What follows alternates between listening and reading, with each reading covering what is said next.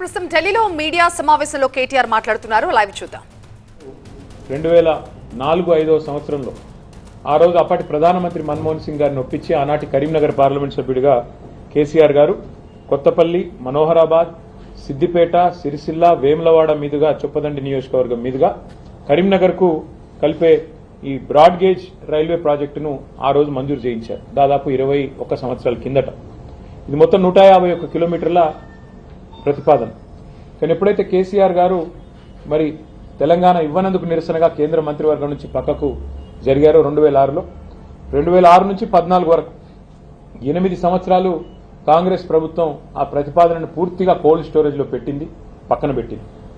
ఆ తర్వాత తిరిగి మళ్ళీ తెలంగాణ ఏర్పడ్డ తర్వాతనే మళ్ళీ ఇక్కడ కేంద్రంలో బీజేపీ ప్రభుత్వం వచ్చినాక మేము వారిని సంప్రదించి వారికి కొన్ని మరి కీలకమైన నిర్ణయాలు తీసుకోవడం వల్ల ముందుకు కదిలింది.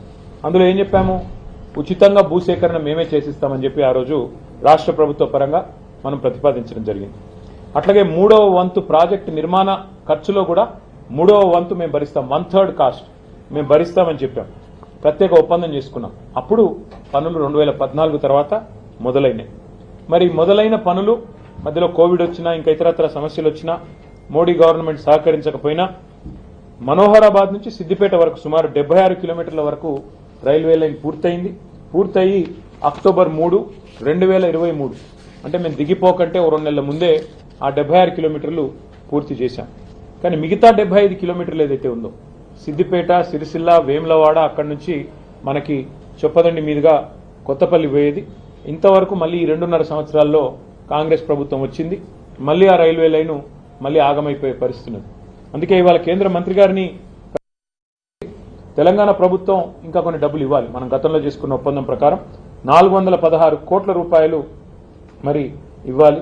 అది ఇవ్వకపోవడం వల్లనే ఇవాళ కాంగ్రెస్ ప్రభుత్వ సహాయ నిరాకరణ వల్లనే ఆగింది అని చెప్పి మంత్రి గారు కూడా మాకు చెప్పడం జరిగింది. భూసేకరణ మరొక 96 హెక్టార్లు చేయాల్సి ఉంది అని చెప్పి మరి ఇక్కడ రాజ్యసభలో కేంద్ర ప్రభుత్వం మా సభ్యులు ప్రశ్న అడిగితే సమాధానం కూడా ఇచ్చారు. ఇక్కడ వాస్తవం ఏమంటే 20 ఏళ్ల కింద ప్రతిపాదించిన ప్రాజెక్ట్ ఇక అది సమయం గడిచిన కొద్దీ కాస్ట్ పెరుగుతా ఉంది. అందుకే మంత్రి గారికి గుర్తు చేశాం. మొదలు మంజూరైనప్పుడు 1160 కోట్లు ఈ రైల్వే లైన్ యొక్క అంచనా వ్యయం. ఈ రోజు అది 2780 కోట్లకు పెరిగింది. అంటే డబల్ కంటే ఎక్కువైంది.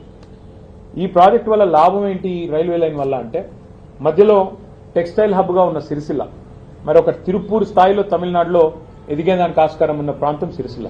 వాళ్ళ సిరిసిల్ల నుంచి వస్త్ర ఉత్పత్తులు, అపారెల్ పార్క్ కానీ, టెక్స్టైల్ పార్క్ కానీ అక్కడి నుంచి ప్రపంచ విపణిలోకి పోతా ఉన్నాయి, ప్రపంచ మార్కెట్లోకి పోతా ఉన్నాయి. ఇవాళ న్యూయార్క్ దాకా, అమెరికా దాకా కూడా సిరిసిల్లలోని కొన్ని కంపెనీలు తమ టెక్స్టైల్ ఉత్పత్తులను వారు ఎక్స్పోర్ట్ చేస్తూ ఉన్నారు. అట్లాగే పక్కన దక్షిణ కాశీగా పేరుపడ్డ వేములవాడ కూడా అదే సర్క్యూట్లో ఉంది. కాబట్టి రాజరాజేశ్వర స్వామి దేవాలయం అక్కడే ఉంది. లక్షలాది మంది మరి ఆ దేవాలయాన్ని కూడా సందర్శిస్తూ ఉంటారు. అందుకే ఇంతటి ప్రాధాన్యత కలిగిన ఈ లైన్ని మరి వెంటనే ప్రయారిటీ కింద టేకప్ చేయాలని చెప్పి అశ్విని వైష్ణవ్ గారిని కొంత రాష్ట్ర ప్రభుత్వాన్ని ఒక ముళ్ళుగర్రతో పెట్టి పొడిచినట్టయితే ఏమైనా కదులుతారేమో. నేను చెప్తే ఎట్లాగూ వారు వినరు, మీరన్నా గట్టిగా మీ డిపార్ట్మెంట్ కాబట్టి చెప్పండి అని చెప్పి వారిని కోరారు. దాంతోపాటు సిరిసిల్ల, వేములవాడ రైల్వే స్టేషన్లను కూడా అత్యాధునికమైన సౌకర్యాలతో అమృత్ భారత్ స్టేషన్ పథకంలో చేర్చాలని చెప్పి కూడా వారిని కోరారు.